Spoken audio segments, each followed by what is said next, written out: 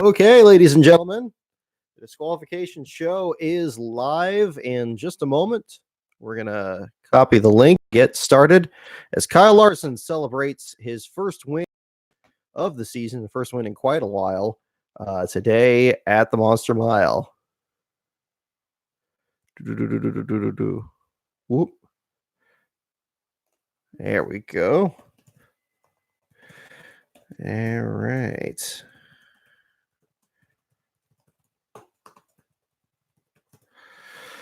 Nyet, nyet, nyet. And okay. All right. Hello, hello. Welcome aboard, everyone. We'll wait a little bit here. We got a few more people in, and we'll talk about Kyle Larson's victory and, of course, all the stories at the back of the field, because it turned out to be quite competitive at the back of the the entry list in this one. So we'll definitely talk about that. All right. Okay. And let me get this pulled up here, get my notes set up here, as we now await already the results from technical inspection. Let me put this over here, reorganizing all our cables and everything. All right, I think we're pretty good. Okay, so ladies and gentlemen, there we go. Ladies and gentlemen, the Last Car Disqualification Show is online. Unofficially, your last place finisher of today's Dryden 400 at the Dover International Speedway is... Hey, how's it going, David? Right on, man. Right on, man. It was a pleasure meeting you up at Mo Sport too. Glad to see you join in there. This is our weekly disqualification show where we do wait up for the results from technical inspection, kind of fill the time, talk race weekend, a little bit of trivia along the way, as we do every week during the Cup Series season. But the unofficial last place finisher is Chase Elliott, the second of his career, first since he got his first ever last place finish at Pocono earlier this season. And it's going to be an interesting countdown to see what happens for the results. But it's also been an interesting story to start the race. At the very beginning, we had Reed Sorensen qualifying in the last spot in the Spire Motorsports number 77 car, perhaps an early favorite to finish last in the event, even though the number 77 has not finished last in the race since Bobby Hillen in 1997, not finished last in a Cup race at Dover, that is, the statistic brought up earlier. But during the same pace laps, I believe during the next to last pace lap, Joey Logano unexpectedly comes down pit road with problems with an axle in the rear end. Comes out of the 14th starting position, being a favorite to try to advance to the next round. He comes down pit road and then goes back to the garage area. The team already queued up that said they need gear and axles to both replace both pieces of equipment there on the number 22. He goes behind the wall. He misses the start of the race, which is something we've seen an increasing number of times happen this year. Although we've talked about the did not start statistic not being really used lately, and official reasons out being the actual mechanical issue that caused the driver to not actually start the race. This ended up not being what happened to Logano. Of course, the team ended up getting the rear of the car fixed up to send him back out there. But apparently at the exact same time, and I was looking at Logano's car at the time that this happened. But Reed Sorensen also had an axle failure on the number 77 car. Pulls his car into the garage area. It looked like he pulled it in, judging from where he stopped in turns 3 and 4. It looked like he used the backstretch entrance to the garage area, which we see sometimes used in some of these last place finish battles. He pulled into the garage area, said that an axle had fallen out of the car. The crew ended up finding that part of the axle was still in the rear end, which meant that they had to switch the entire rear end of the car out. So that's getting worked on. At the exact same time, the people on the radio for the 77 car said that Chase Elliott had a problem. And it turns out that Chase did. He had a problem with the engine. It sounded like an electrical issue from the initial radio transmissions. However, it turned out when he came back into the onto pit road that it was something more terminal. They pushed the car behind the wall. He wasn't officially out of the race for some time. And so it looked like we were going to have a battle between Logano, Sorensen, and Elliott as to who is going to blink first and come back onto the track multiple laps down. At the 12 lap mark, or after, actually, I guess at the 13 lap mark, Logano was 13 laps down by missing the start. Sorensen had a 2-lap advantage on Logano, which indicate then that Sorensen had an issue after this race started. And then Chase Elliott was 5 laps down. So the gap was big enough that any of these drivers could have easily finished in last place, depending on who else came out. Each of them, the gap was rather small enough that nobody would have to complete more than just a handful of laps to beat the other drivers. Between the 3 drivers, Joey Logano was the first one to get back out there, approximately lap 24, as he was 23 laps down at the time that he came back out there. Sorensen's team at the time was looking for another hub to finish putting the axle together, and they couldn't find that. That ended up taking all the way until about the 1/4 mark before the end of stage 1. It looked that originally that Sorensen's team was going to be waiting out until the green flag stops to finish cycling through. They ended up waiting even longer than that, positioning the car over in turn 2. Then backed the car back over to turn 1 and re-entered the race right before the end of stage 1. And let me get the list here to get the numbers corrected. Yes, it was lap 81 that Sorensen's crew said they were waiting until after the green flag stops to cycle through. On lap 93, they positioned the car a bit closer to turn 2 to get it back out on the track. Shortly after this was when Chase Elliott was listed officially out of the race by NASCAR officials. Sorensen's crew then continued to work on the car and get him back out there on lap 107. He was 104 laps down at that point. Came back out there and then beat Chase Elliott, dropped him to last on lap 114. Chase Elliott's crew, a great picture provided by Spannerhead29 on Twitter, showed them loading up the 9 car basically at the same time that Sorensen was back out on the track. And Chase Elliott, unofficially your last place finisher of today's race in Dover, and the first ever last place finish for car number 9 in the 100th ever Dover race. So first ever last place run for the number 9 at Dover, rather. The number has finished last a number of times before, but not at this particular track in the Cup Series. So that is unofficially your story going to be for the Cup Series article coming up here. Yeah, I see the comment there, Vortex Chaos 72, asking if the team actually used a broomstick. Yeah, that was part of the radio communications on the 77 when around the time that they found that the axle had actually broken off in the car. It also sounded like when they were talking about at the time that they were actually looking to get the axle back from the track and put it back into the rear end of the car. I don't know if they actually tried that. I'm sure once they found out that the axle had actually broken, there was a piece of it still in there, that probably changed their strategy when they were basically replacing the entire rear end at that point. But a lot of interesting deals there with the number 77. But ultimately, they ended up avoiding a last place finish. This is something, as mentioned in the conversation there, that old Premium Motorsports, and I know it's Spire Motorsports, basically the 77, but they're under the purview of Jay Robinson's Premium Motorsports team. They never say die out there. If they have any mechanical issues or if they miss the start themselves, we've seen this time and again. I believe that Kentucky is a track that seems like that always comes up for them. Richmond as well. Sorensen himself has been in the middle of some of those. Timmy Hill missed the start in Indianapolis in the number 98 car. They got that car fixed up and got him back out there. So it changed the complexion of the battle there. And this was very consistent with that. So, they obviously have a lot of struggles. It's a difficult situation for that team. They don't have necessarily the best equipment and certainly not the best luck.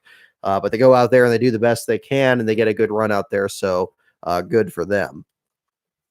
We are still waiting for the official results. The results have just now refreshed NASCAR.com's website.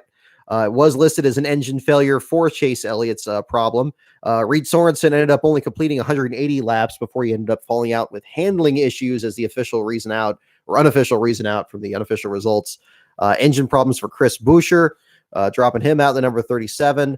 Ryan get back out there with the brake issues. What's interesting with that, though, just looking at the results here, in the 35th spot, it shows Blaney out with suspension issues. So perhaps there was something else going on besides just the brake problem on the number 12 car, or perhaps it was misreported during the race, or perhaps it was another issue that came up while they're fixing the brakes. But it does show a suspension issue and not a brake issue that listed Ryan Blaney as out of the race. Joey Logano finished the race under power, but could not quite climb out of the bottom 5. He is shown in the 34th position. He had very similar stories in the Xfinity race as well. And actually the Xfinity race at the Roval last week as well, but we'll talk about that as we go along. Unfortunate deal for Landon Castle towards the end of the race. It was pointed out by a reader online there that he was running about the 25th spot when he slowed down towards the end of the race. Apparently, they were able to patch the car back up together as quickly as they could because he only lost one other position and finished 26th unofficially in the results. Corey LaJoie in the title sponsor's car had damage to the hood of the car very early in the race. A piece of the hood flapped up after that, lost some time from there. He ends up 28th in the running there. Joe Nemechek, who is the most recent driver to finish last in for Hendrick Motorsports at Dover in 2003, assuming that Chase Elliott's finish is still official. Joe Nemechek ended up finishing in the 30th spot for Premium Motorsports, the number 27 car, just beating Ross Chastain in the 31st spot. Looking further up the rankings, Eric Jones in the 15th spot, out of the playoffs, but a good rebound from him after back-to-back last place finishes the last two rounds, including his disqualification back at Richmond. Looking at Jimmy Johnson, not a 12th Dover win this time around. However, he did finish in the 8th spot. Matt DiBenedetto with another great top 10 finish for him. 95 team continuing to excel. DiBenedetto, of course, getting his first top 10 at Bristol a few years ago. Good to see him continuing to succeed at the concrete tracks. Also didn't need the hot weather apparently this time to get a good run. We talked about this in several races in the past, that Matt seems to really thrive when the weather conditions are absolutely at their worst. But he gets a 7th place finish there unofficially in the results.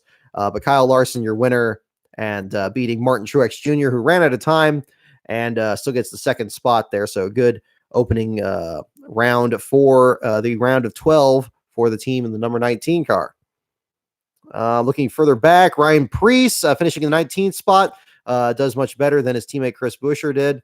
At number 37, looking at BJ McLeod, looks like was the top finishing Rick Ware racing car in the 29th spot, finishing 18 laps down. Multiple drivers, multiple laps down.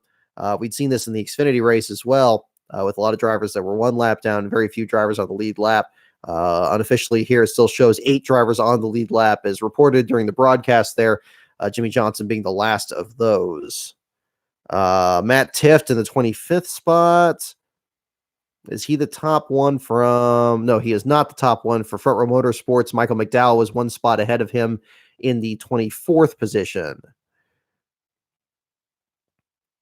So... yeah, I think it said later he lost his brakes. Yeah, again, it shows unofficially in the results, shows suspension issues for Blaney. Maybe it was a brake issue that caused the suspension issue. Not sure on that. I don't want to speculate on that. But just again, unofficially on this, showing suspension problems for the number 12. Let's see. So setting up many interesting storylines for Talladega next week. Another thing I want to mention right off the bat, while we have everybody in here, a big thanks to everybody who's checked out my video on Jerry Nadeau that we posted this past Monday. As you can see, we've kind of changed the setup here to our headquarters here this week with the sampling of other cars that Jerry Nadeau drove in his career, starting with the First Plus Financial car and extending through his car for the U.S. Army with MB2 Motorsports. Right up front here is the only diecast that I've found so far of his race winner at Atlanta in 2000 from the Hendrick Motorsports 100 Wins collection. You can get a pretty good view of that from there. You have the actual branding from the Atlanta race, the MH2 branding on the side. I mean, great paint scheme. That's still definitely one of my favorites from back then. But I just want to say again, a big thank you to everybody who's checked the video out. If you haven't seen it yet, definitely recommend checking it out. Be sure to share it with as many people as you can. Try to get as many hits as we can. For those of you who aren't able to join the Last Car Patreon, sharing videos that I have on YouTube is next best way to support the site, because that definitely helps. The more hits we get on the videos that are monetized in particular, the better that it helps us out. Actually, we got a deposit right before we went to Darlington, and that was a big help there. So a big thank you to everyone for supporting the YouTube site and supporting my videos there. So definitely check that out. MH2, as my understanding, is the other branding from Michael Holligan's company. I know he had his hands in a lot of things in the home improvement business there, both between his show back then as well as kind of a Bob Vila, This Old House, tool time home improvement kind of deal there. But again, an interesting capture of racing back in the early 2000s. Not necessarily a .com bubble burst kind of branding that you see from like FamilyClick.com or Northern Light or those other brands that were sponsoring teams back then. But a sponsor that only lasted that 1 year in the Cup Series, but sponsored the full year with Jerry. And that was an interesting one. Really enjoyed doing that video. It's the longest video I've done so far on the channel. I don't know if it's going to be that typical that I do videos quite that long. A lot of the interviews and stuff that I want to put in there end up kind of pushing that up to about the 45 or 48-minute mark on that one. But once I started working on that, it really came together pretty quickly. So I'm very happy with the response on that. Again, thank you so much for those of you who have seen it, and definitely make sure you keep sharing it there. This is actually the shirt I'm wearing today was featured in the video as well. This is the oldest Jerry Nadeau shirt I still have. The ones I have from 2000 I actually bought years later. Found those on eBay. This one I got actually back in 2001, his first year with the UAW sponsorship. I believe there's a picture of me wearing this back in 2001 that's on either the Twitter or in the video. Yeah, a lot of good memories from there. That was a really good time there. And again, I'm definitely, for those of you who haven't checked it out, definitely make sure to share your stories as well of which driver was really your first favorite driver when you followed the sport, and how that driver became somebody that you were interested in following over the years. I think that it was fun kind of remembering that story myself, and I'm sure it's going to be something that'll be interesting for everybody to reflect on there as well. Now, we do have some more videos lined up, both with videos I'm working with NASCAR Man. We're kicking around some ideas here just the other day. I also have another video that I'm going to put up on my channel that I'm just started to kind of outline back the other day. Don't have a release date set for that. I'd like to have it up in the next month if possible. We'll just see what happens on that. But yes, we're going to have more videos, more collaborations with NASCAR Man, and more videos on my channel as well. So look forward to that in the days and weeks ahead. So let me go back to the Xfinity results, and we'll go back to checking this out. Also, we saw Loris Hezemans, if I'm pronouncing that name correctly. Again, a big congratulations to him on clinching the NASCAR Whelen Euro Series Championship, who made his Xfinity Series debut at Road America earlier this year for BJ McLeod's team. Had a good run going until he had some issues at the very end of the race that dropped him back. I believe he still held on to a top 20, if not very close to it, if memory serves. I know William Saki, our ARCA correspondent, was covering the action that weekend there. So big congratulations to Loris there. And speaking of William, our ARCA staff writer, a big thank you to him as well for an excellent feature that he did on the website there with Lou Goss. Goss, for those of you who may not know, was actually debuted one of the newest teams in the truck series with the help of Mike Harmon running the number 74 truck earlier this year. He was going to make his debut at Iowa. The deal fell through when the truck wasn't quite ready to be presented for inspection and for the race. So they used that to finish it up and get it ready for Gateway. The owner points were then used to help out a different team get a good run going over at Eldora. And then from there, he's looking to try to attempt some more races. I believe he didn't qualify at Bristol just recently. But Lou happens to be from the same state as William, who's done some great work with the ARCA racing series on the website there.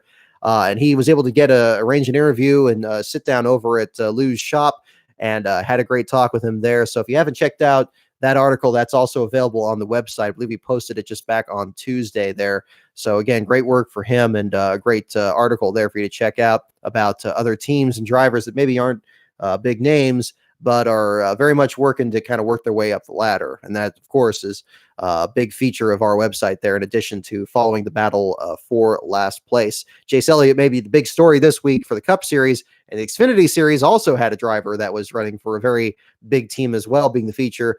But we also, of course, keep an eye on the small teams along the way.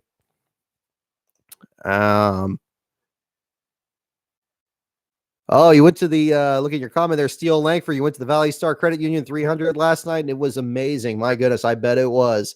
That was a must-see TV for sure, since they started running that out there, and I know Martinsville itself is really working on hyping that up even more for the Cup Series running under the lights next year.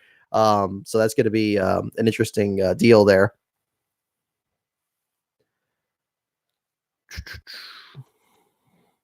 Is it really a must-win for Chase? I mean, I guess not a must-win necessarily. I spoke in haste on that because I'm thinking of some of the other playoff contenders there. But I mean, he's certainly not locked in, I would think, from being dropped down to last place. And Joey Logano was working his way up there. It looked like I thought he was going to catch Garrett Smithley before the end of the race, and that would have put even more pressure on Elliott there. But is he still? Let's get the what was the last point interval that he had back? Was he still within about 7 to 10 points? I mean, it's not, you don't want to be having to gain any points really going into Talladega. And I think I would, actually I'm gonna walk back on that. I think it is a must win for Chase, regardless of how many points it is, because I think you want to go into Talladega, having some kind of point cushion to work with, knowing that you could get just, a drafting line could form up and just drop you to the back on the last lap, or you can get into an accident or any kind of thing like that. Now, things could certainly change depending on who falls out in that race, and maybe everybody else uses a mulligan and suddenly they're right back in it. But generally, you don't want to have to gain points at Talladega. If you can, you can just worry about minimizing how many points you lose. I think that's a more comfortable position to be in. So yeah, I would say it is. I would say it's a must win for him. It's a must win for Logano. It's a must win for anybody else that's outside on the wrong side of that. Yes, they have the other race afterwards. Is it Kansas to round out the round? But regardless, I mean, Talladega is a big obstacle. I know it gets overhyped. I know they're already showing all the accidents all the way back to 1993 on NBC's promos. But I would like to have a point cushion going into Talladega, I would think.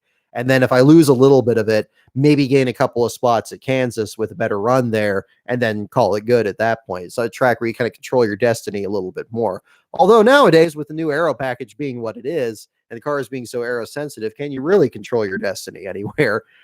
Maybe not. Obviously, passing being as much of a challenge as it was today, and hearing about aero issues even coming up at places like the Roval or at Sears Point, definitely changes the complexion of things.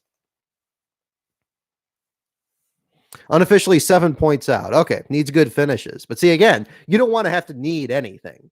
If you have something that you could fall back on, I mean, that definitely just changes your outlook on it. And Talladega is, we've seen drivers that try to play conservative there and still get collected in accidents. We saw Jimmy Johnson trying to play conservative. I think it was in 2009, where he was laying back at the back of the field. Then he ended up losing the draft and he got lapped. And one of the cars, Robbie Gordon, that was also getting lapped, ended up catching on to the lead draft when he didn't. And Robbie ended up getting the lucky dog before he did. Now, as we all know, Jimmy Johnson ended up still winning the championship in 2009, relatively in a walk over his teammate Mark Martin. But that could still be anything else that'll come up at that point. And yeah, there's just too many questions. So I would think with the new point system being what it is and the eliminations that, yeah, you can't really afford to be on the wrong side of it at any time. I mean, just look at Kurt Busch, Larson's teammate. As they mentioned during the broadcast, I think there was a very interesting quote that they mentioned in there that Kurt said that this is like the worst part of the year to have their worst runs of the year, that they'd been so consistent right up there. One of the top drivers that didn't have any wins for most of the season and then winning at Kentucky. It definitely put them on the defense, and you don't really want to be, don't want to be in that, that situation. But we'll see what happens. I mean, again, it could, anything can happen at Talladega, but the other thing that we found lately, the other thing you have to keep in mind is it's very possible nothing could happen at Talladega, because a lot of these Talladega races lately have had long green flag runs, even with the stages and everything, and accidents that either don't happen until the very end of the race or happen after the finish. And then suddenly it's everything is back to the exact same status. So, yeah, I mean, I think, if you have the risk of everything staying the same or losing more points, and your only avenues to gain points, especially gain a set number of points, that's not a fun position to be in, especially after Dover. And, with all the mechanical issues you had, and Joey Logano, I mean, that's terrible for him. And in particular, that not even getting to start the race with all that happening, but kudos to him and the team for, churning out the best finish that they could and getting some spots up there. I'm wondering, Hendrick Motorsports and their issues when they have mechanical issues versus Penske and even Premium Motorsports. We saw this very similar to Chase Elliott's run at Sears Point earlier this year, where he had, I believe it was loss of fuel pressure or oil pressure then, and he got pushed back into the garage area with some other teams that were falling out, and there was never it didn't seem like there was too much of a rush to get him back out there. Now maybe the engine issues they're having, really there is no fix for it, but I'm wondering if maybe the strategy at Hendrick is like, look, we have a problem like this. We're losing a lot of laps. We're not going to really go out there and risk tearing our equipment up. Whereas somebody like Joey Logano or somebody like the Premium Motorsports teams would. I'm wondering if how much of that is a consequence of the point system now, or if they just take it really conservative when they get behind, and then just say, okay, guys, we're not going to be able to get much more of a run than this. Let's just spend that extra time focusing next week. It's all speculation because during this race, pretty much from the point that the 9 car pulled into the garage area, they must have switched to another channel because I didn't hear any radio traffic from them. But tons of it from the number 77 team, and even a little bit from the 22. So yeah, it was kind of interesting that there was going to be a different situation there with Chase. I don't know if that's just something with the crew or with the team, or it's just coincidental that both those races really saw them have a problem under the hood that really couldn't be fixed. Where in both cases it wasn't necessarily a full-on detonation of the engine. But still something that basically ended up cutting their day very short. It was next to last at Sears Point before J.J. Ailey took the spot, and then being ultimately last today at Dover. Hello there, Harry Williams. Thanks for jumping on board there. As a British NASCAR fan, I like to spread our version called Hot Rod Racing, which is basically late models, but we run anti-clockwise. Well, that sounds like a lot of fun. That's for sure. That sounds like fun. Well, welcome aboard, Harry. Thank you for joining us here on the Disqualification Show as we wait for the results from the technical inspection there at Dover. I believe our Oakland Raiders are up in your neck of the woods. I know they just played in London today, so congratulations to them for beating the Chicago Bears and their former teammate Khalil Mack. I know that was no easy task there for them, but a great job for them. Yeah, the audio issues with the broadcast. I've made no secret that I'm not the biggest fan of the modern approach to broadcasting in general. And one thing actually I like about some of the old broadcasts, even in the golden age when you had Bob Jenkins and everything, the engine noise still kind of drowns them out too. I'm not saying that necessarily with the modern sound systems that you maybe want it to be quite at that level, or maybe it's at 80% to 20% or whatever it would be. But it seemed like there's some broadcasts, like I know there's one of the 1989 Pepsi 400 at Daytona that's on YouTube. The audio quality is not very good. The video quality itself isn't very good, but you really hear a lot more of the engine noise, and it kind of covers the broadcaster audio pretty thoroughly there. So that's an interesting deal with that. I don't know. I mean, there was some part of the race today where it sounded like they were all just taking turns saying the exact same thing in different ways. I'm trying to remember what it was. I've already lost whatever the example was, but it was definitely a terrible broadcast level quality where somebody would notice something, and then like another of them would actually say the same thing as if he was the first one to point it out. And it's like, well, that was exactly the same thing the other guy said. Like, if you don't have anything to say, just don't say anything. Like, come on. Like, if I run out of things to say here, you'll just see me kind of twiddle my thumbs here and look for something on that. But there was no shortage of things to talk about this time, so we're not quite at that point yet.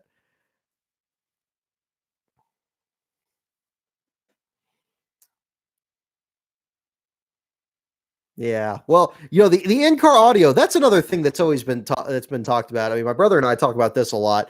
Isn't it strange that the audio quality of the team radios is so poor? I mean, that's not so much really the broadcaster's issue. It's more the actual communications at the track between the teams and, Racing Electronics or whichever company is in there. It seems like they're either running like older radios or they're just getting a whole lot of interference. If it's a consequence of what we have in terms of the access to timing and scoring and everything like as it is, then okay, so be it, because I don't want to really lose that. But it does seem like, you listen to like a Formula One broadcast or even an IndyCar broadcast, it seems like you can hear what the drivers and teams are saying a lot so much better. Yeah, exactly. Yeah, and F1's a perfect example.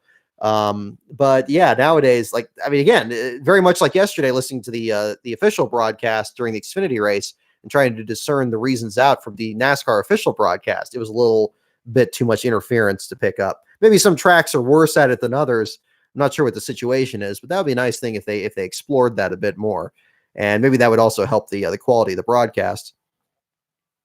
Um, it was interesting. It was interesting seeing the broadcast kind of struggle with whose axle that was on pit road. I noticed you got a lot of retweets and likes on the comment where the 77 team basically said that they dropped an axle out on the track because it was completely missing along with the cap when he came back into the garage area there. Everybody thinking that that was Logano's axle, although the race was still going green until Chase's caution. But it's a different. It's a different situation, and it was hard to keep track of all three of those at the same time. To be honest, I was looking so much at Sorensen's thing I missed when Logano came back out on the tracks. That's why I had to surmise based on how many laps down he was when he came back out as to which lap he came back onto the track. So it was a different kind of deal.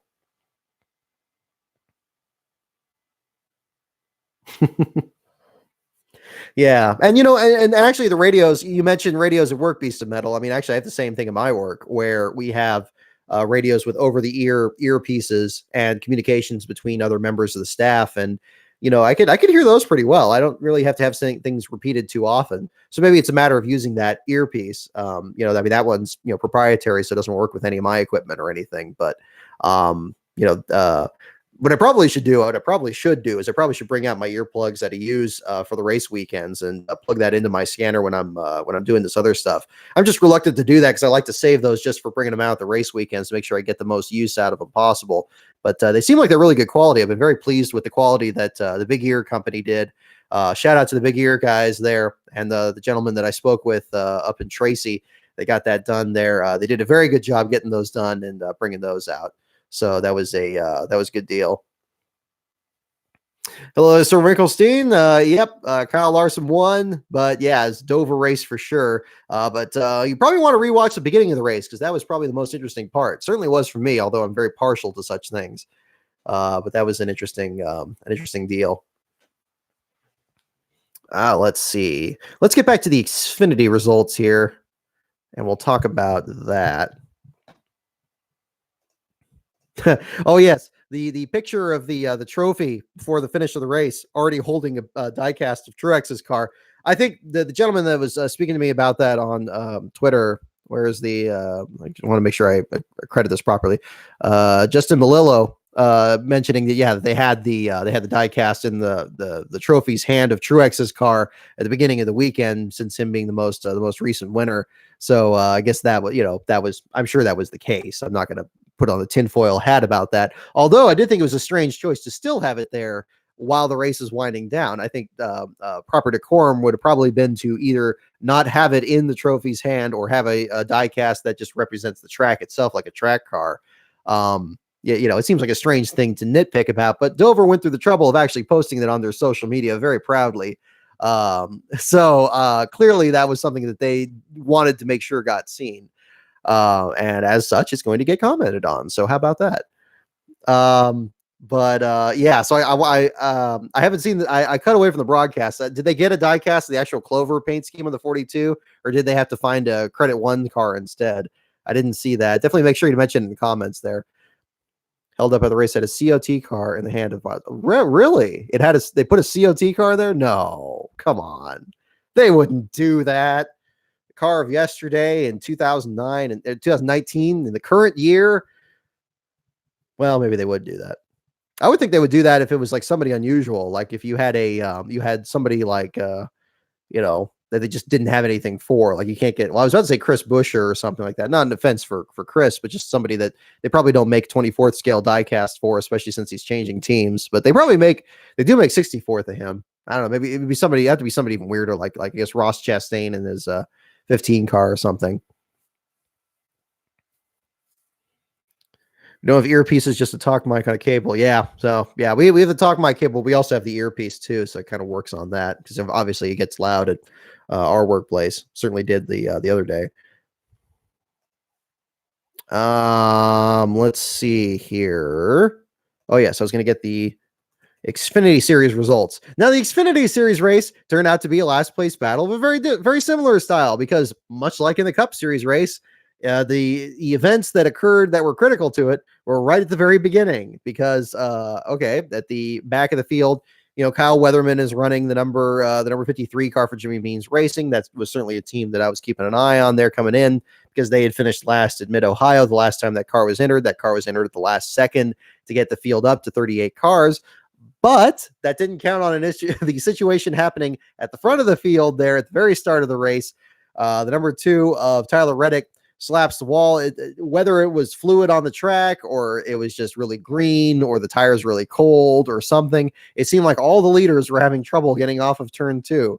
And among those was Harrison Burton, who broke loose the exact same time that Reddick did. I thought at first viewing that he was actually responding to Reddick breaking loose in front of him, but it happened almost the exact same moment. I think that whatever it was caught him off guard just the exact same time was a coincidence. At least that's how I read it. If you guys read it different, definitely let me know. But the car broke loose, spun out directly in the path of Brandon Jones, who was trying to lock himself into the next round of the playoffs.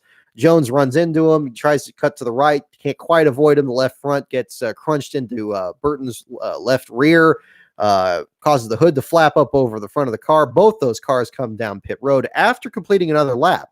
And by completing that lap, that actually changed the last place battle, because at the time, if the accident had occurred and both those cars had to get towed to the garage area at the same time, I believe the rules will revert back to the scoring of the previous lap. But since it was the start of the race, then that should go back to the actual starting positions. And Harrison Burton started 5th and Brandon Jones started 9th. So that would have put actually Jones in the last place spot. Both of them continued on with Jones getting his car straightened out before Burton. So Jones crossed the line first, and then they both came down pit road, and then they didn't complete any more laps of the race at that point. And by switching positions at that point with Burton following Jones, that's the reason that Burton and not Jones is going to be the first article that for the Xfinity series that we talk about this weekend. It could have easily been Jones, because I believe it was Jones at Kentucky. He mentioned this in his interview after the race there, that he was in a very similar situation with a wreck at the beginning of the race. And yes, he was indeed. I believe it was for Richard Childress's team. He had a wreck coming to the green that prevented him from starting the race and ended up getting last place in that in the Xfinity race back then. So just barely avoided situations there. Turned out to be a very miserable afternoon for Joe Gibbs Racing. So if you're a big fan of Coach Gibbs, you got more than the 0-5 start to the season for the Redskins to worry about. You got all 3 of the Gibbs cars falling to the back of the field. Christopher Bell had apparently carburetor issues on the number 20 car. He was on pit road for at least 7 laps before he went to the garage area. Came back out and he climbed from 34th position all the way up to 25th at the end.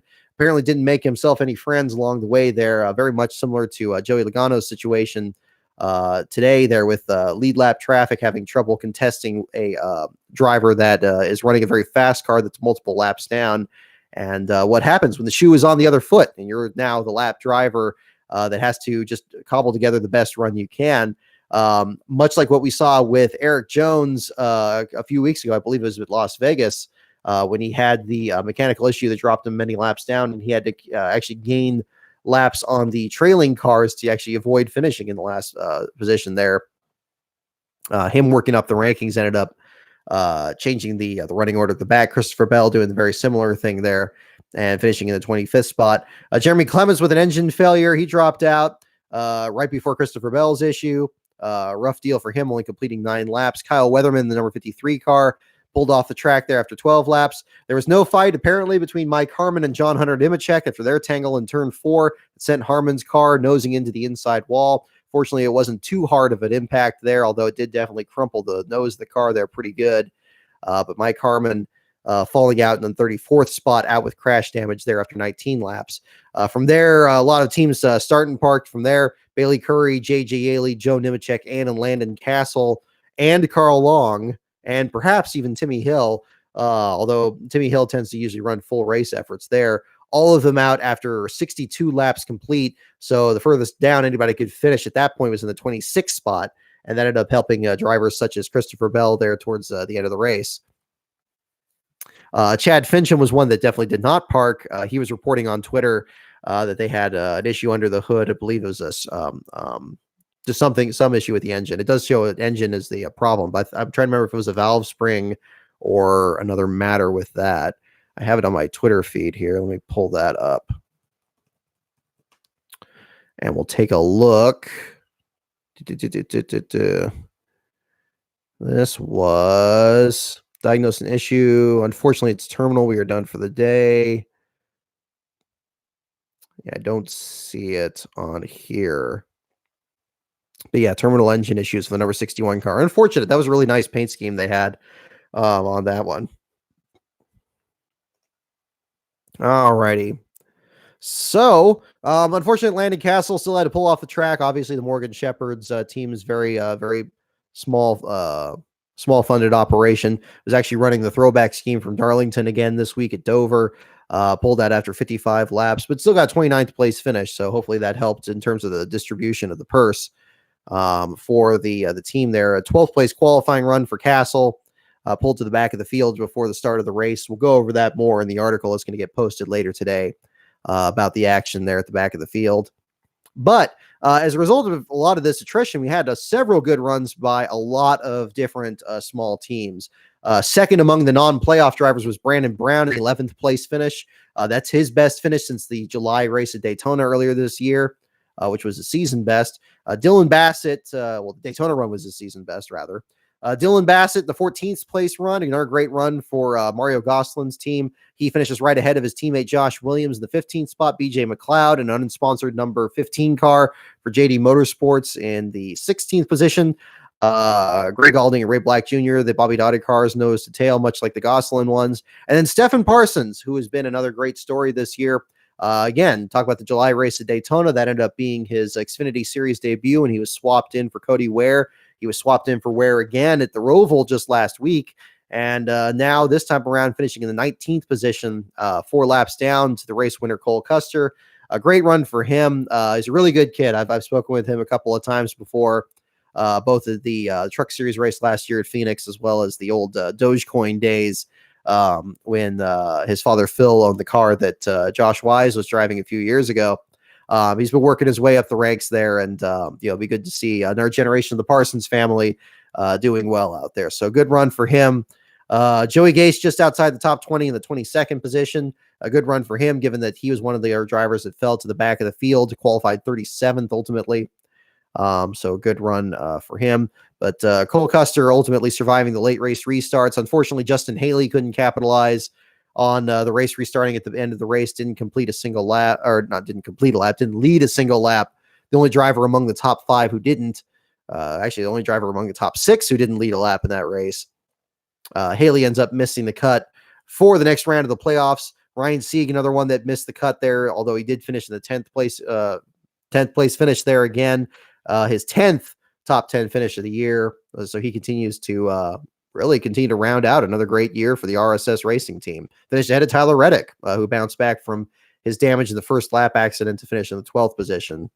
So Christopher Bell, the only playoff contender that finished, well, Christopher Bell and Brandon Jones for the Gibbs Racing stable, the only playoff contenders to finish outside the top 12 in the finishing order. Let's see. And then, of course, John Hunter Nemechek, the other one that John Hunter Nemechek, the other driver that missed the cut there for the next round of the playoffs. So unfortunate for GMS Racing, another team that's been really looking to kind of grow since last year. Hunter coming aboard in the number 23 that Spencer Gallagher ran and won Talladega with before his suspension. But it's going to have to be another year at least for them to get an Xfinity Series championship. So we'll see what their plans are going forward. So Christopher Bell, your point leader for the Xfinity Series, in spite of a rather miserable weekend there for the Joe Gibbs Racing team. But an interesting last place battle there for a lot of those different drivers back there. All right, so I think we've covered both of those. Let's get this on the big screen, and we'll jump into our... Whoop. Are you serious? Okay, I'm now seeing the picture of the car of tomorrow. They didn't have a 42 car. They have a Truex car. I mean, you can't actually... I mean, last I checked, actually, the interesting thing with this, if back at Sears Point earlier this year, they said that they were going to get Truex cars until like now, like September, October. Like they couldn't get those at all, but they had one of those in the hand of the car. Now, I couldn't see the car number. Maybe it was an old 78 car. I'm not sure on that in general. I'll defer to anybody who was there at the time. But But yeah, there it is. Let's see. Where's that link? Do. We'll copy this. Okay, I don't want to mute it. I want to copy it. Doggone it. Twitter, you want to help me with this? Okay, there we go. And we'll paste that in the chat. Doot. Yeah, those of you watching the broadcast, I'm sure you saw that already, but that's the first time I'm seeing that, and that is just silly. It says number 01 on it, too. They couldn't even get something that was like a 50th anniversary thing. Well, maybe it's a track car. Maybe it's going back to what I'm saying, but I still don't know why it's a COT with the rear wing. That's just absurd. Wow. It's a little details. It really is. Alrighty. But yes, let me get again the feed here.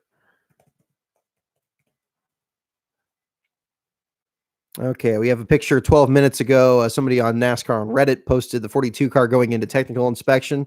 So the timer is definitely going. Okay, Bacher is posting 19 seconds ago. Again, the same message he usually posts every week as we wait for this, waiting the 90 to 120 minutes for the technical inspection results. So let's move this back over here, and we'll keep that on the page. And let's see. Okay, so we'll keep that there, and then we're going to jump into our trivia segment. Easily a Dover promo car? Okay. How could you not have a Kyle Larson car on hand? I mean, my goodness, it's not that much of a stretch for that guy to win. I guess that's really a commentary on just how much that guy struggled this year, compared to Kurt Busch. Even Rick Allen couldn't stop mentioning that during the final lap of the race. It's like, hey, we thought Kurt was going to be here. What the heck is he doing here? So a different deal there. Oh, something you may notice on the list here. This I posted on Twitter a bit earlier. This is that piece of Kenny Irwin's car from the 2000 NASCAR season that found on eBay this past week. Found a good deal on that. I usually don't buy a lot of like sheet metal. The only other piece I have is this Jeff Green piece over here. But this one was pretty. I mean, that was another paint scheme that I liked from the 2000 season. It was just awful how that year ended for sure. But an interesting bit. It actually shows his name and car number on the back of it there. And it's also an interesting piece of history from the time period when, of course, you had sheet metal bodies and front valences and everything, but it appears to be from the contingency decals in front of the car number. I'm not sure if it's the driver's side or the passenger side, but tracking down some pictures would be an interesting way to track it down. So doing some research on that to try to figure that out. Behind that here, I actually have the diecast with the car cover on there. I think we showed this a while back. So there's that deal there with the car cover on the 42. Yes, mentioning front row Joe Nemechek in the top 30. Again, a great run for him. We talked a little bit about that. Number 27 car there. And again, and him coming up a little bit, the statistics here with his most recent, him being the most recent Hendrick driver to finish last at Dover before Chase Elliott's here, again, pending what happens with post-race technical inspection there for him. So excellent. Yes. Thank you, NASCAR Jeff, for sending that picture. That's an interesting, I wouldn't have expected to see that from there, but great run for Joe Nemechek. I spoke with him briefly at Darlington earlier this year, and he seemed pretty excited to get back out there, although he admitted that certainly the Xfinity cars and the Cup cars definitely handle really differently. The Xfinity cars were much closer to the way he had to drive the Cup cars before. Both he and Yaley were talking about so much about how you have to really overdrive going into turn 3 at Darlington from before, which is a strange thing to think about given that there's so much finesse that you usually have to go around there with. And Dover being kind of that same way with the straight banking and the concrete surface and everything. Much wider groove, of course. But that was kind of an interesting deal there. But I mean, when you jump, their point mentioning that was when they jumped back into the Xfinity car, they tried to approach turn 3 the same way. And, you couldn't do that because obviously the car is not going to stick and it's handling a different way and you have to play with the throttle a lot more. So they had to kind of change their driving style from one to the other. I believe both Joe and Yaley were mentioning that. but it'd be interesting to see what the situation was there. Oh, does that Irwin diecast have taillights? I think it does. I could be wrong about. No, it does not have taillights. Okay, good catch. There we go. Does that show up in the light? No, it doesn't show up great there. There we go. The camera's a little far away, but you can see it on there. There we go. Gosh, I know the green is traditionally an unlucky color, and certainly what happened to Kenny was not much help in terms of dispelling that rumor. But I always thought that was a great paint scheme. I mean, even before all that happened, I remember years and years and years ago, I used to make like checklists of each new diecast that came out that year, or each new paint scheme. Now, nowadays it would be utterly impossible to do that because so many paint schemes are run each week, so many things change all season. But Daytona was so much better back then. Not to keep going on about the old salad days, but a time where the paint scheme that ran at Daytona was going to be run pretty much all year, except maybe the All-Star race, and that was about it. But yeah, it didn't have that either. The other Bell South cars are good, but the other thing I liked about it too is that the numbers were straight, not crooked. Like I think when they did the crooked number thing for Kyle Petty's car back in like 95, and they kind of stuck with that for a few years, I thought that looked kind of silly.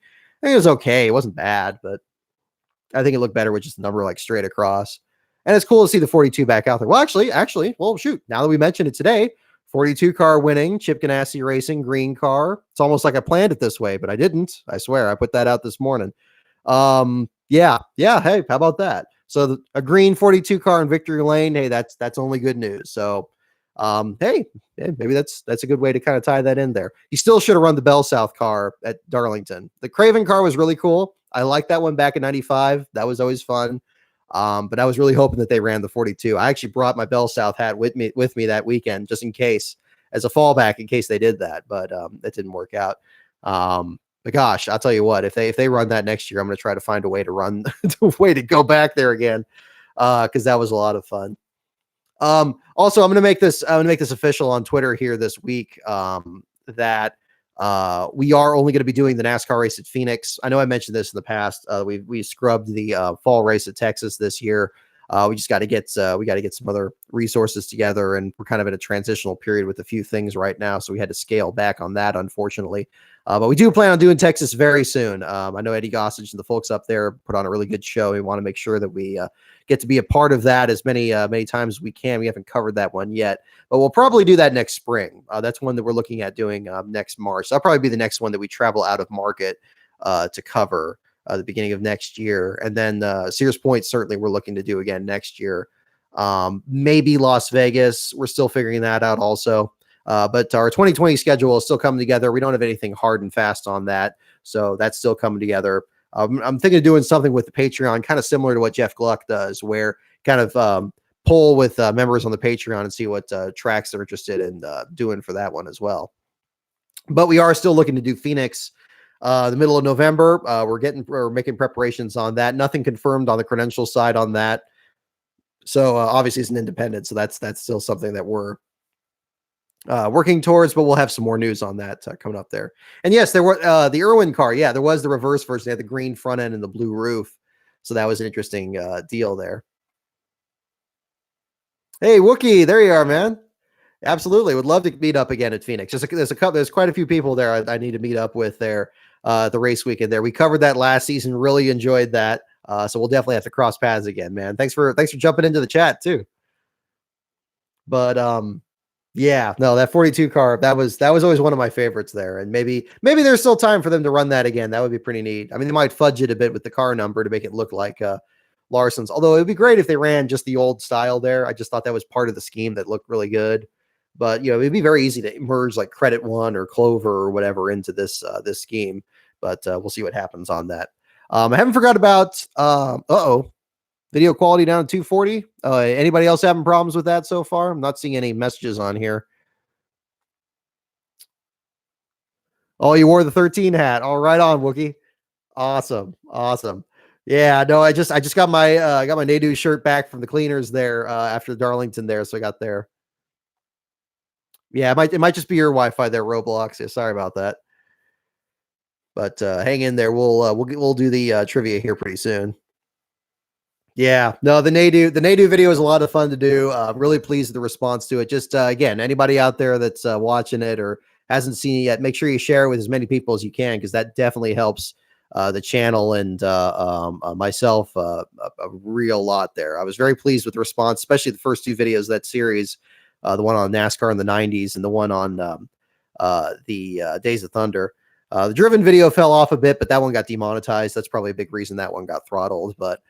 This one so far, knockwood, is doing pretty well. So we're hoping to get that one up the rankings, and that'll be really good.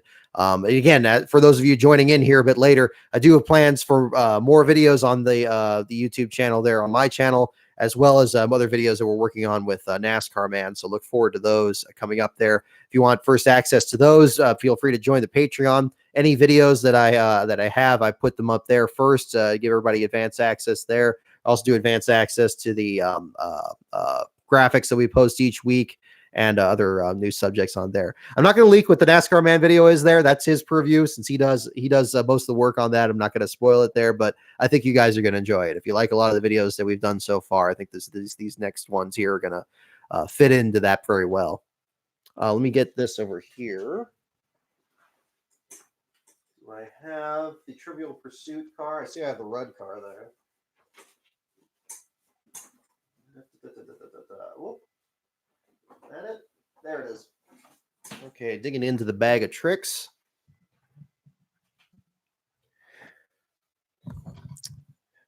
Thank you, Brentanic. Thank you for checking out the Nadu video there. Yeah, again, we got the old cars out here. Which one of these was your guys' favorite? Because he seemed to really have, for all the bad luck that he had in the car, he had some fantastic paint schemes. I mean, any one of these would be a great throwback at Darlington.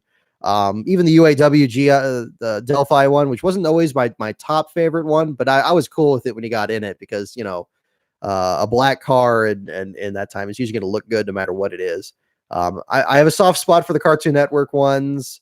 The UAW one's not bad. I mean, I liked the Georgia Pacific car. That was really neat. I mean, my goodness, I was just already thinking about how he could do with the at that car. The Michael Holligan one probably would be my favorite, though. Although I have a very much a sympathy vote for the First Plus one, just for seeing it at Sears Point. First win for a green car at Dover at the fall race since '91. See, there you go. I didn't even think about that.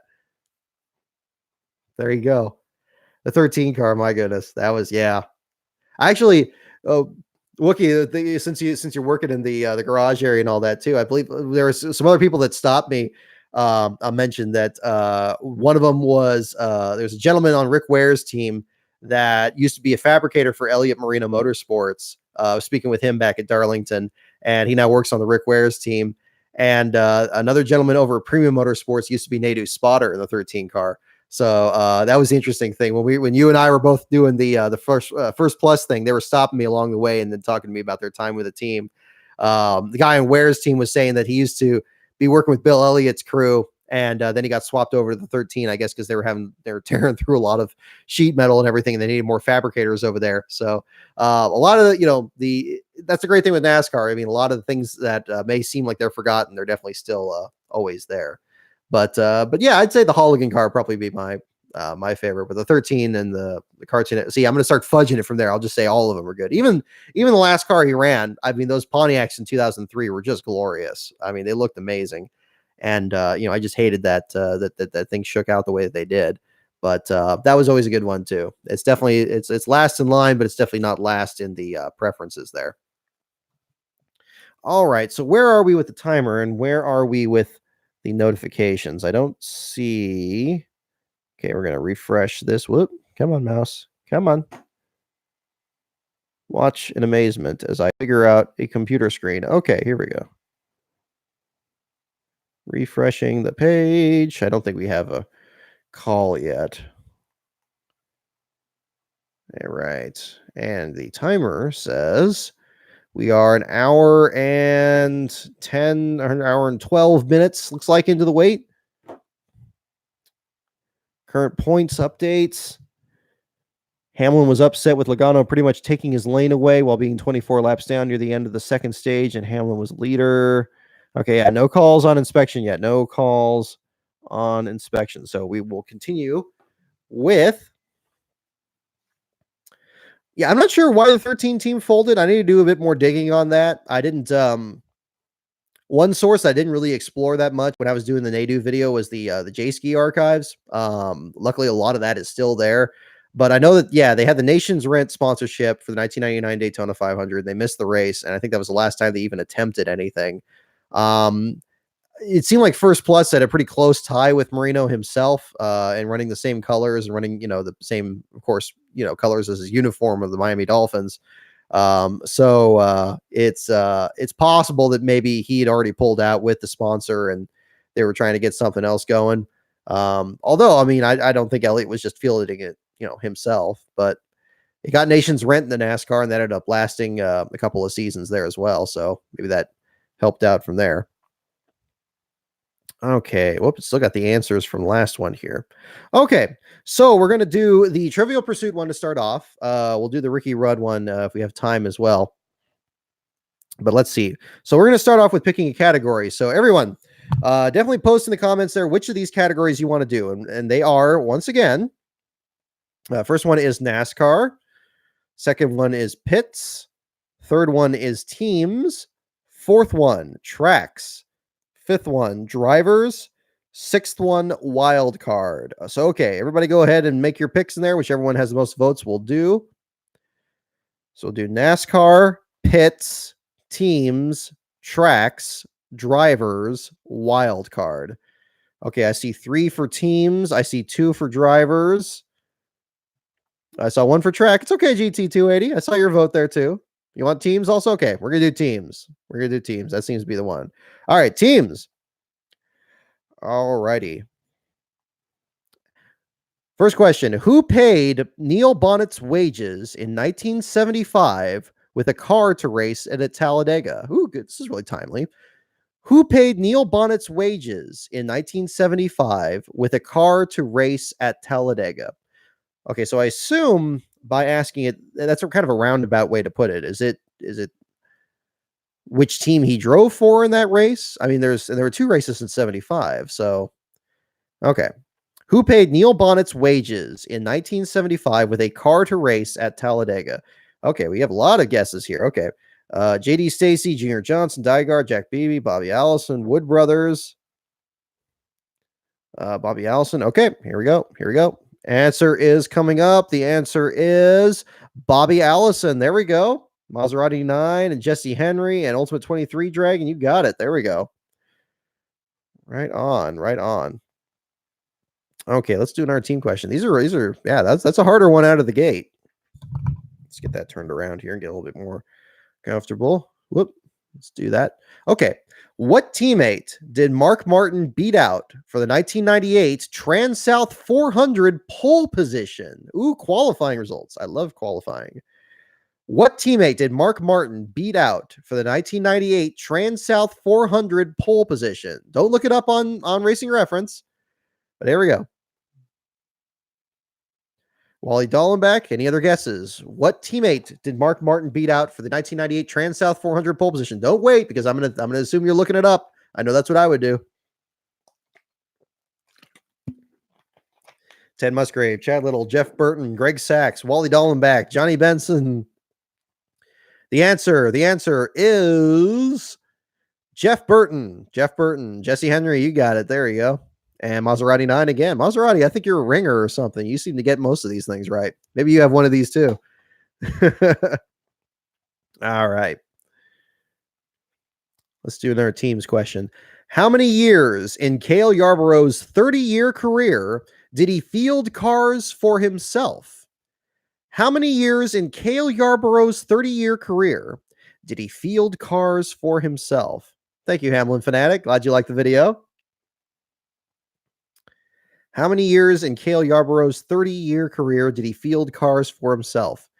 We have 10, we have 3, we have 3, we have 2, we have 2, we have 2. The 2 seem to be predominating, but were those the only 2? The times in the Hardee's car and the Hardee's Oldsmobile? Yeah, you never know. You never know. His career goes back pretty far. The answer is 11. Beasts of Metal. You came the closest without going over. 11 seasons. Doesn't say which ones. It's unfortunate. It'd be nice if it kind of did, actually. 11 seasons that he drove a car that he entered. Let me pull this up.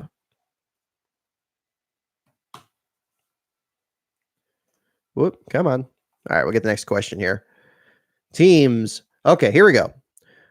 Who drove Hollywood stuntman and director Hal Needham's hang on. Okay, make sure I read that properly. Okay, who drove Hollywood stuntman director Hal Needham's 9 Winston Cup victories? Who drove Hollywood stuntman director Hal Needham's 9 Winston Cup victories? Who was the driver? Probably a lot of you guys can get this one. Not to intimidate any of you guys out of voting. We certainly do not want that. Hang on. Okay, we don't need that. Let me mute that.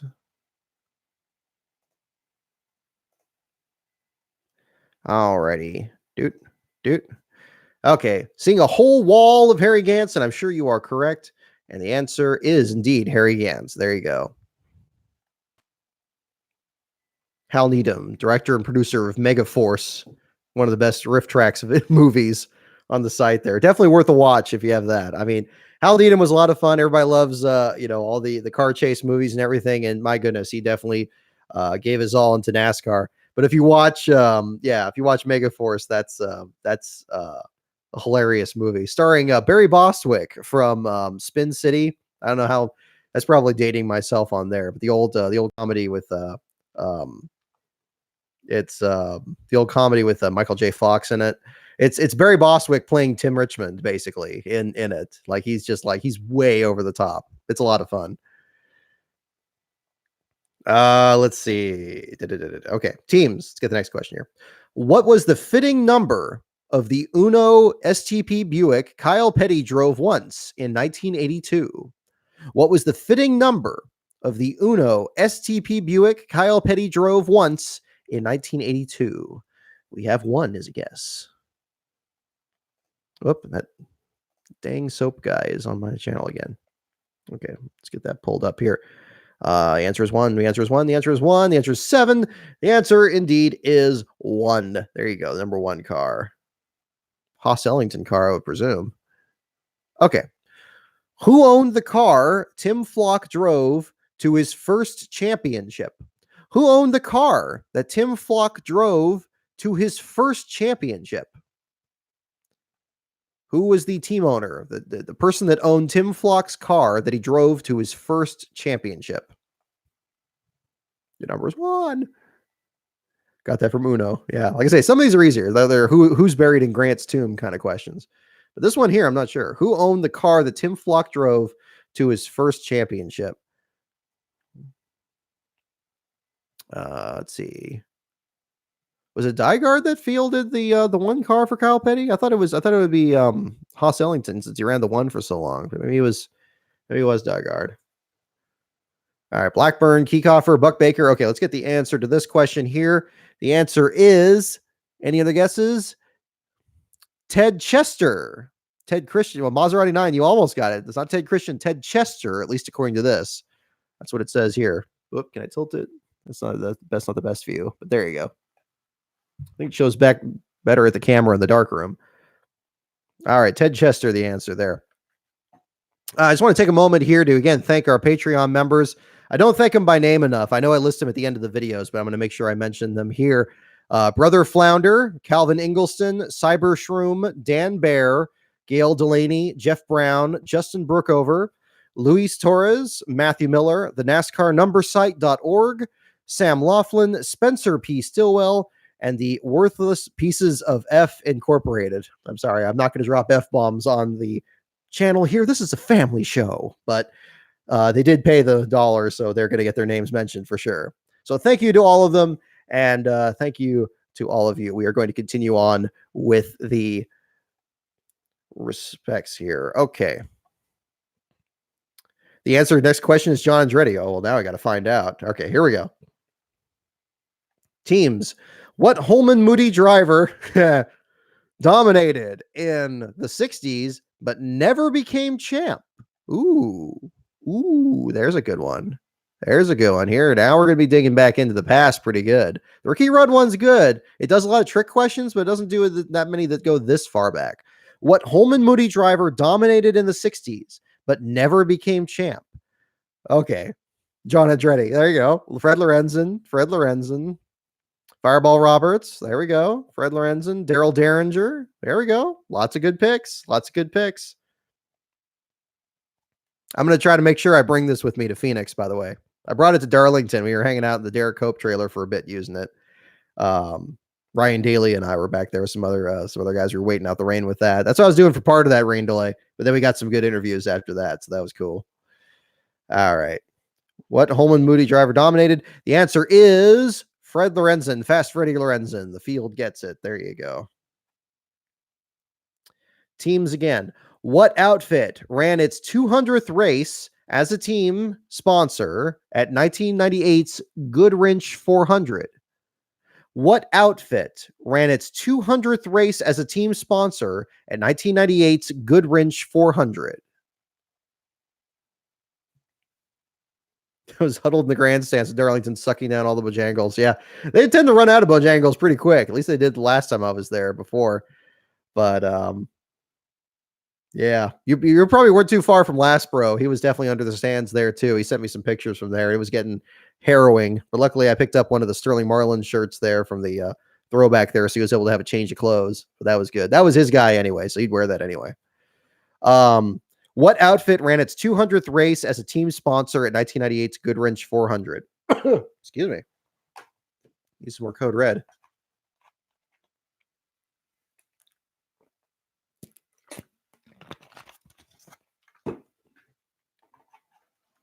All right, STP Kodak. Okay, it's gonna be an interesting one. 1998's Goodwrench 400. What outfit ran its 200th race? Okay, I gotta know this one. The answer is Kellogg's. Wow. Stump the field. Stump me too. That wasn't gonna be when I said what outfit, I was like, okay, it's gotta be an STP question. But no. Kellogg's did its 200th race sponsoring a team in the 1998 Goodwrench 400. Wow. I like that. Oh, turn 4 near the pit entry. Yeah, that's where I was when my brother and I were sitting in the stands last time. I just had a cold pass in 2017, so by race day we were just sat in the stands for that one. Yeah, we were in turn 4 for that. That is a great view. That's a very good view. You could see them just really wind it up through the corners there. That was cool. I think my brother was in the he was in the main grandstands this time. Off of there. So that was cool. Got their start on the 41 car. There you go. You're right. The old Larry Hedrick Motorsports. The ones, well, we mentioned with the Kyle Larson throwback, the number 42 car. So there you go. All right, here we go. Let's get the next one. These team questions are really good. I'm going to stick with this for a bit. This is a good call, guys. All right. Who sponsored Sterling Marlin for his 1998 ride with Team Sabco? Here we go. We're talking about Felix Sabates again. Who sponsored Sterling Marlin for his 1998 ride with Team Sabco? I'm going to refresh the page here and see if we get any calls in the meantime.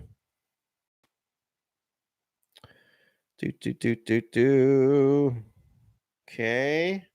Nope. Still don't see a call yet. All right. Coors Light, Coors, Silver Bullet. The answer is Coors. There you go. The blue and gold one. That one had all kinds of different colors they ran back then. That was an interesting one.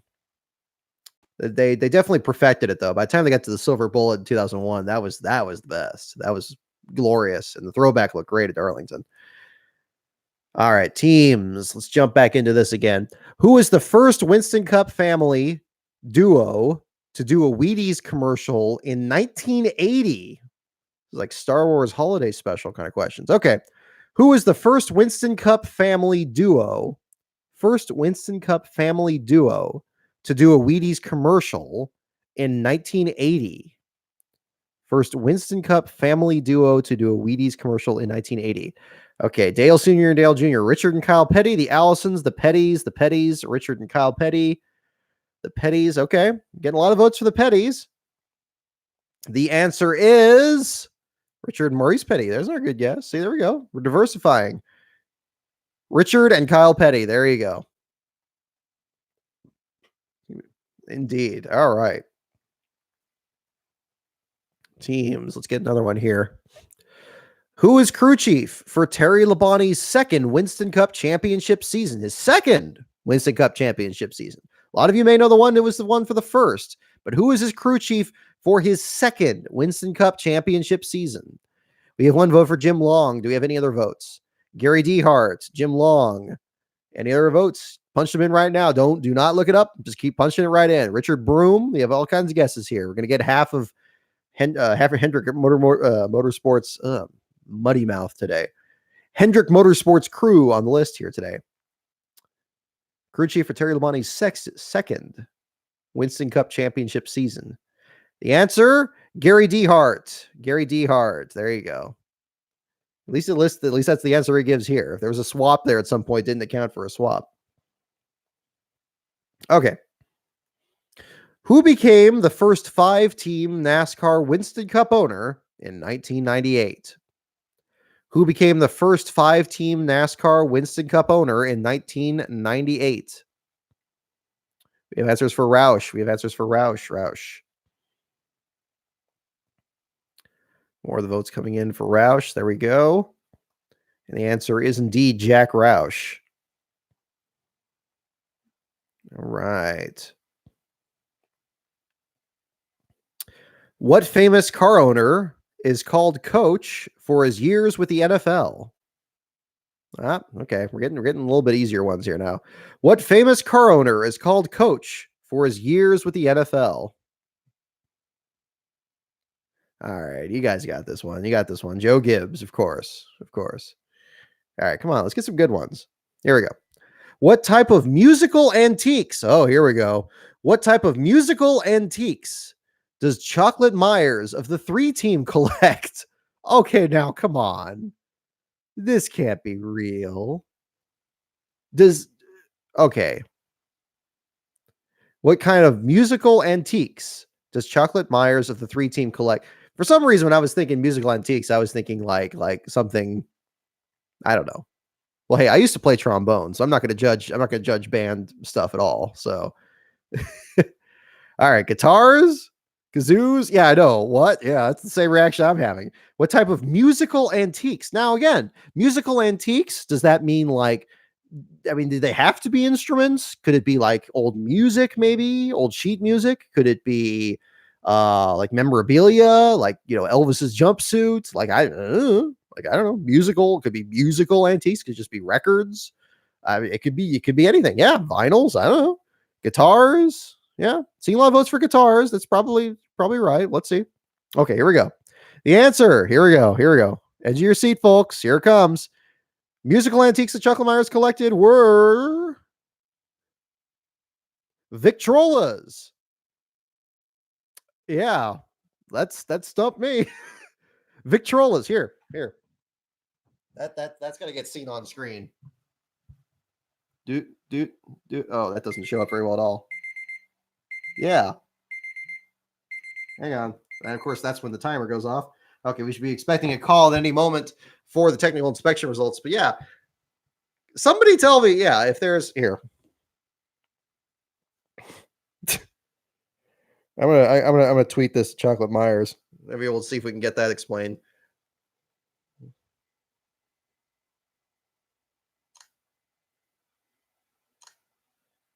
Boop.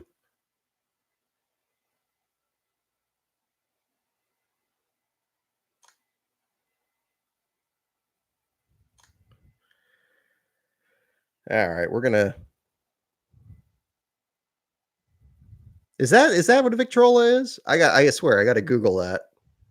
Musical antiques. Victrolas. I always thought that was just I guess I always think of the colloquial term like just record players, but I know that it's just a very specific kind. But okay, Victrola is a record player company. I collect 1970s vinyls. Oh, okay. Well, there you go. I'll take that. All right. I'll take that. I'll take that. Victrolas. I was not going to see again. It was a trick question. And we're all thinking musical instruments. I was thinking musical instruments too. And it stumped me. Victrolas for sale. Yeah, there you go. Yeah, with the RC, you put it the perfect way. That's definitely the way I understand it. Yeah, that the RCA dog is listening to. We have a dog that looks a lot like the RCA dog and the little head tilt. Oh, we got a call. We got a call. Hold up. Let's refresh the page here. Sounds like we have a call. Let's confirm. All right, here we go. 42 seconds ago from Bob Pockers's page, tech is complete. All past tech. Larson is the winner. Hamlin had one lug nut not safe or secure, which is a fine. Harvick's car to R&D. So with that, there it is. Kyle Larson is your race winner. Chase Elliott is your last place finisher and will be the feature in tonight's last car article for the Cup Series, in addition to Harrison Burton for the Xfinity Series. So there you go. So Kyle Larson has advanced to the next round. He will not have to worry about Talladega, but several other people will, including Chase and Joey Logano. So there is the story there. We'll do another question or two here, and we'll wrap this up for the show this week here. And we'll follow up with Chocolate Myers on the Victrolas. Okay, here we go. What brand of candy was the sponsor of Ernie Irvan's number 36 Pontiac in 1998? What brand of candy was the sponsor of Ernie Irvan's number 36 Pontiac in 1998? This is an easy one. There you go. You guys got it. You're tasting the rainbow. You got it. You got it. It's Skittles. There you go. Of course, it's Skittles. Okay, here we go. Come on. What driver was Ford's Golden Boy? There we go. There we go. There we go. Except for Vegas, which was M&M's. There you go. So you're nailing it. What driver was Ford's Golden Boy? David Pearson, Fred Lorenzen. Any other guesses on that? Ford's Golden Boy. Which driver was Ford's Golden Boy? That's the only facts that we are given in the question. What answer does that produce? And the answer is Fred Lorenzen. Okay, here we go. I'm going to wrap it up with this one. We're going to do one more here. Daniel Sexton Gurney. There we go.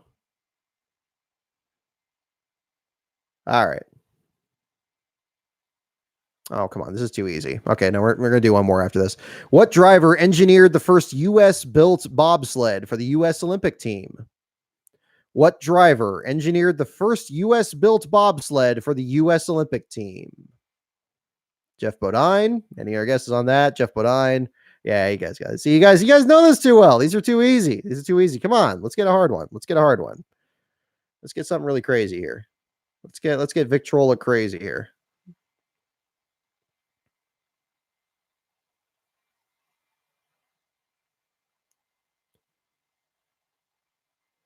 Here we go. Here we go. Here's one we'll wrap up with. What driver's pit crew won the World Pit Crew competition in 1997? Now, the driver's World Pit Crew competition in 1997. Now, this is not necessarily obvious.